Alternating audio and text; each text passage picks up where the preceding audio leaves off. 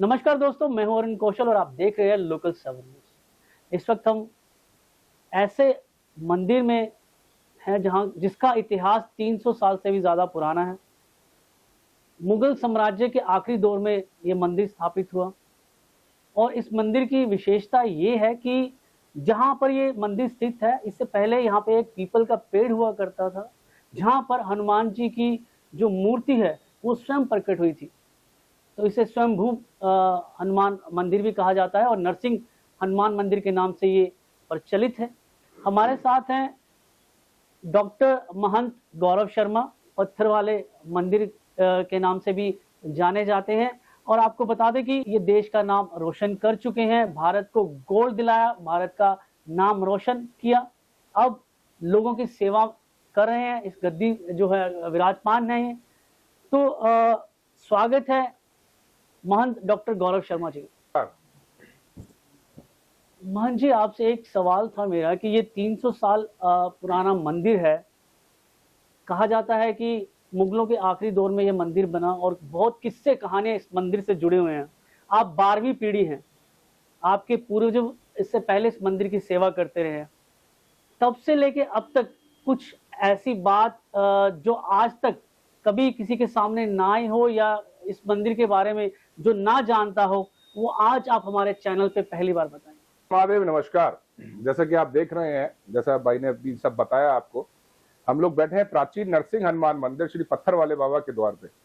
यह मंदिर अपने आप में ही एक रहस्यमय मंदिर है कि यहाँ जो भी आते हैं अपनी जो भी मनोकामनाएं लेकर के आते हैं वो अवश्य पूरी होती है। और उसके अलावा जो भी किसी को बीमारी है बड़ी से बड़ी, तो उसके लिए सबके लिए शुक्रवार, शनिवार, इतवार को झाड़ा लगता है शाम को 6 से 9 बजे तक।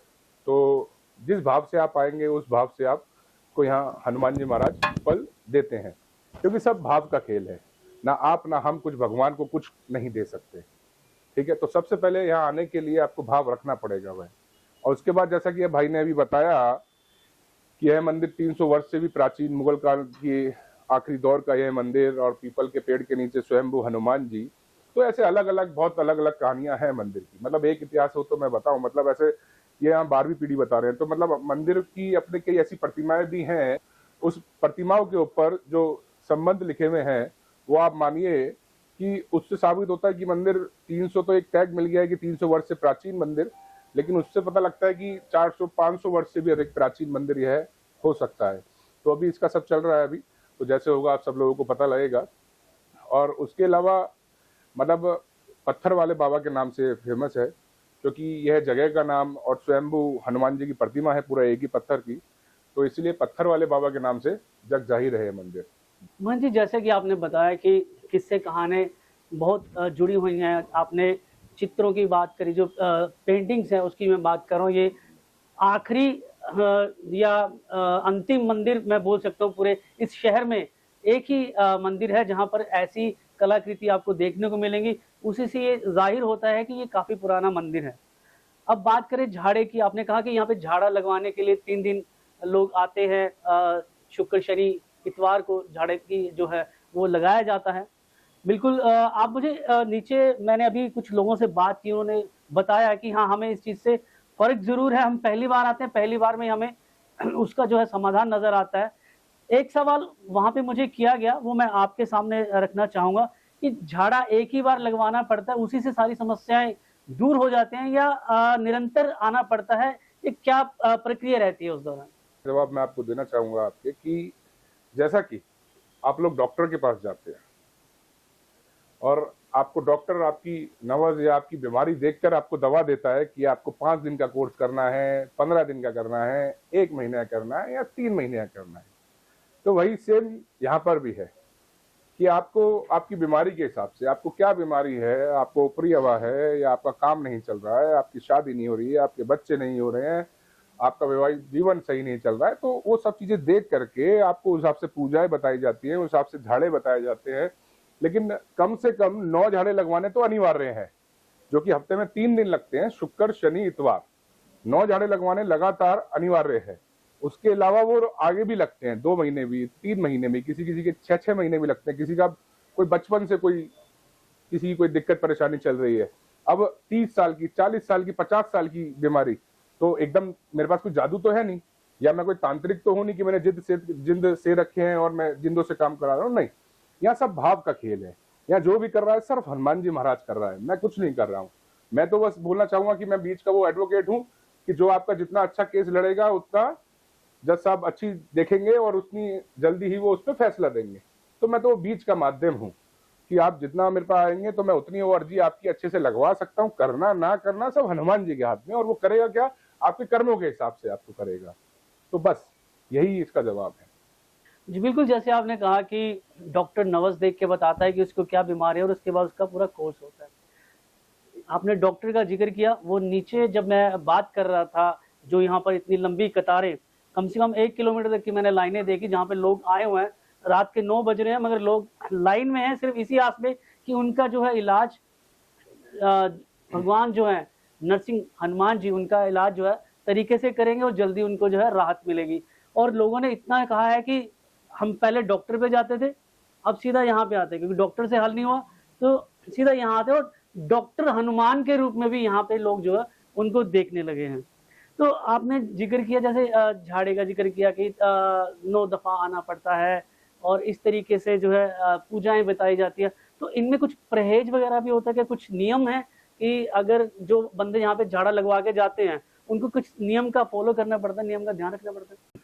नियम भी सबके उस हिसाब से होते हैं, जैसे आपकी जो बीमारी है उस हिसाब के आपको नियम बताए जाएंगे। कुछ नियम ऐसे होते हैं, किसी पे भूत प्रेत है, किसी पे कुछ तांत्रिक विद्या है, किसी पे कुछ शमशानी क्रियाएं हैं, तो उसके लिए जैसे उड़द की दाल, चावल, हार्ड मांस, मीट, मच्छी मांस वगैरह का परहेज होता है। फिर इसके अलावा किसी और के कुछ और है, तो उसके लिए पूरा 41 दिन की अलग पूजा होती है, अलग परहेज होते हैं। ब्रह्मचार्य का उपाय होता है, पलंग पे नहीं सोना होता है, नीचे सोना होता है, 41 दिन तक जल काट के पीना होता है, डेली असली का दिया जलाना होता है। तो ऐसे सब चीजों के लिए सबके लिए अलग अलग उपाय हैं और अलग अलग पूजाएं बताई जाती हैं जी। और वो लोग अवश्य इसको करते हैं, जैसे मैं बताता हूँ तो अवश्य ही, मतलब आप मानिए, मैं तो अपने हनुमान जी की तो मैं तो तारीफ क्या मतलब करूंगा ही करूंगा, क्योंकि मैं तो उसी का खा रहा हूँ। आप भी आकर के यहाँ शक्ति महसूस करेंगे, मतलब मेरे को बोलने की जरूरत नहीं है।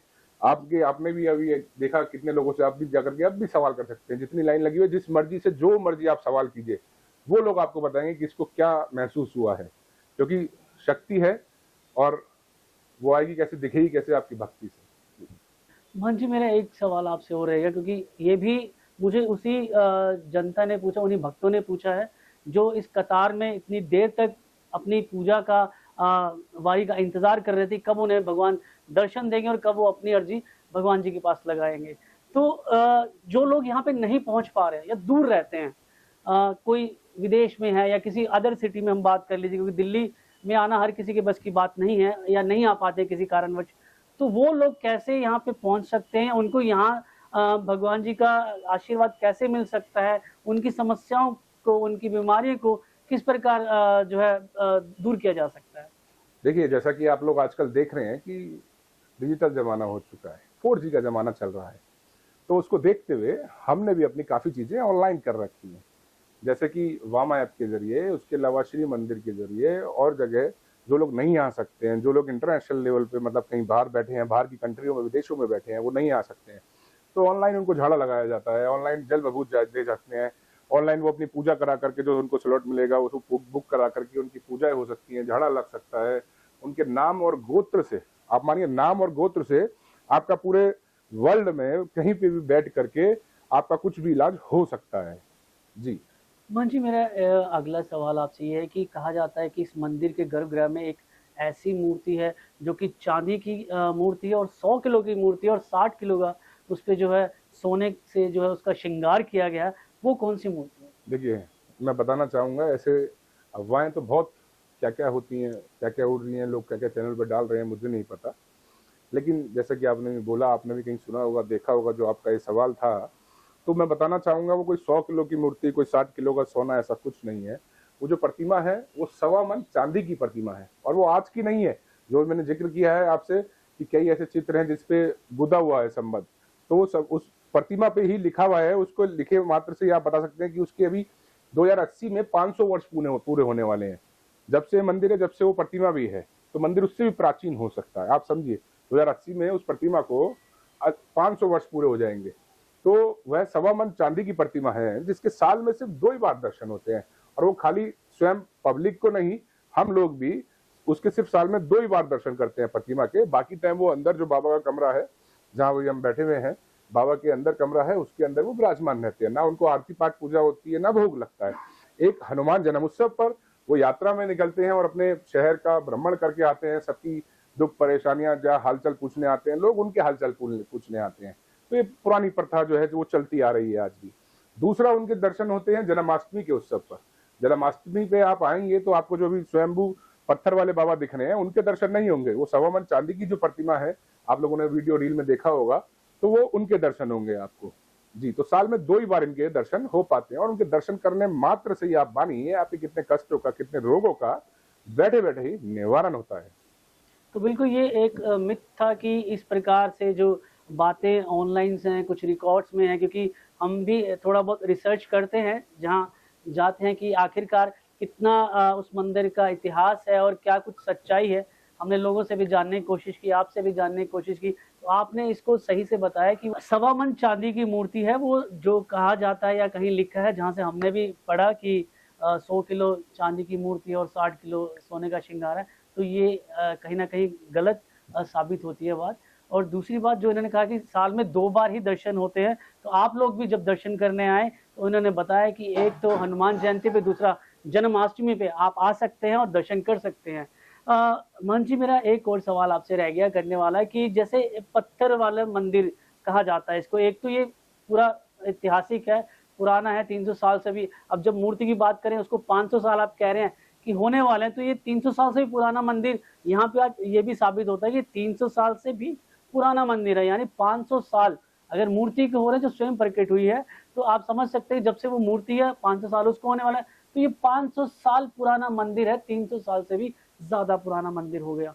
तो अब पत्थर वाले मंदिर की बात करें, पत्थर वाले बाबा की बात करें, तो उसके बारे में क्या कहना चाहिए? एक तो ये माना जाता है कि यहाँ पुरानी है, और जो पहले पत्थर जो यहाँ पे होते हैं उसी की जो यहाँ पे काट के जो मंदिर की स्थापना की गई, या कुछ और इसमें रहस्य है या कुछ बात है?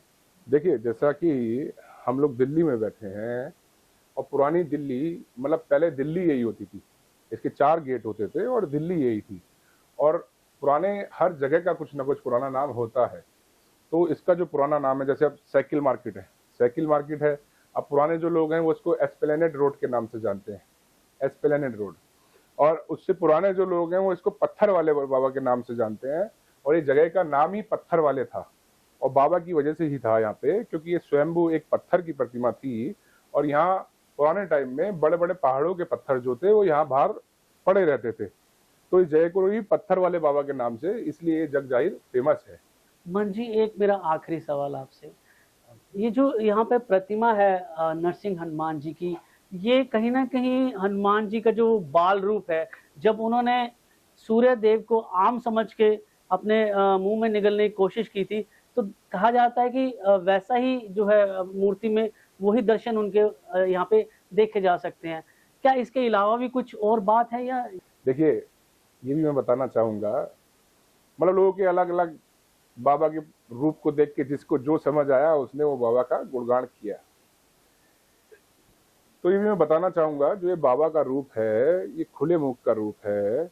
और जब खुले मुख का रूप है तो लोग बोलते हैं कि सूर्य को मुख में लेने जा रहे थे बाल समय का ये वो रूप है। तो मैं उन सबसे श्रद्धालुओं से पूछना चाहूंगा, मैं उनके भाव को नहीं कुछ बोल रहा हूँ, उन्होंने जिस भाव से देखा उस भाव से उन्हें दर्शन हुए। तो ये जो रूप है, जब पर्वत को लेके जा रहे थे, संजीवनी बूटी लेकर के जा रहे थे, आप देखेंगे नीचे हनुमान जी के हाथ में एक में सोटा है, एक में गदा है, और वो साइड में रखा है। उसके अलावा जो प्रतिमा है, प्रतिमा के हाथ में पर्वत है और संजीवनी पर्वत है। तो जब ये पर्वत लेके जा रहे थे, तो आप मानिए ये उस टाइम का, उस समय का ये रूप है। तो ये वो रूप है बाबा का, और इसलिए इनको डॉक्टर हनुमान और जो जो लोग बोलते हैं उन सभी नामों से बाबा को जानते हैं लोग, और इसीलिए यहाँ सारी बीमारियों का इलाज होता है। जी बिल्कुल, वो हमने खुद देखा और खुद भक्तों के मुंह से भी सुना कि यहाँ पर किसी को जो भी बीमारी हो, कैंसर की बीमारी कहूँ, हृदय रोग की बीमारी कहूँ, किडनी फेल की बात करूँ या ऊपरी हवा की बात करूँ, ऐसी सारी चीज़ें, ऐसी सारी नकारात्मक शक्तियाँ या बीमारियाँ इस चौखट पे आके दम तोड़ देती हैं। ये ऐसा यहाँ पे लोगों का मानना है, इसीलिए जिसके रोग ठीक हो रहे हैं उन्होंने डॉक्टर हनुमान जी का नाम दे दिया। इस तरीके से नाम प्रचलित हो गया। मगर जो मिथ जो थे आज मैंने उनको सामने रखने की कोशिश की और महंत डॉक्टर श्री गौरव शर्मा जी ने उन पर क्या सही है वो सही जानकारी आपको दी। महंत जी, एक ये पूछना चाहूंगा कि भक्तों के लिए कोई समय इस मंदिर में आने का कुछ ऐसा है कि किस समय आना है या किस समय नहीं आना है, या कब से कब तक आ सकते हैं, ऐसा कुछ? देखिए, मंदिर का जो टाइम है वो सुबह 5:30 बजे मंदिर खुलता है, 6 बजे बाबा की आरती होती है और दोपहर में गर्मियों में 11:30 बजे सहन हो जाता है। फिर शाम को 4 बजे तक सहन होते हैं। फिर शाम को 4 से रात 10 बजे तक खुला रहता है। मंगलवार को सुबह 5 से रात्रि 12 बजे तक खुला रहता है। मंगल को पूरे दिन खुलता है, बाकी दिन दोपहर में 11:30 से 12 से 4 बजे तक सहन रहता है। तो मैं आपको चाहूंगा कि आप लोग जितने लोग देख रहे हैं, सुन रहे हैं, अधिक से अधिक संख्या में आइए और बाबा के दर्शन करने मात्र से ही अपने सभी कष्टों का आपका निवारण मिलेगा। और जिसको जो समस्या है आइए और बाबा के सामने हाजिरी लगाइए और फिर आप चमत्कार देखिए। हर हर महादेव। बहुत बहुत शुक्रिया गौरव शर्मा जी हमारे साथ जुड़ने का, और लोगों के जो प्रश्न थे उनको भी आपने अच्छे से उसका जो है उत्तर दिया, उसके लिए आपका बहुत बहुत धन्यवाद। ऐसे ही तमाम और देश में जो मंदिर हैं उनके रहस्य के बारे में, उनसे जुड़ी किस्से कहानियों को लेकर हम आपके समक्ष आते रहेंगे। कैमरा पर्सन आशीष के साथ मैं अरुण कौशल, लोकल 7 दिल्ली।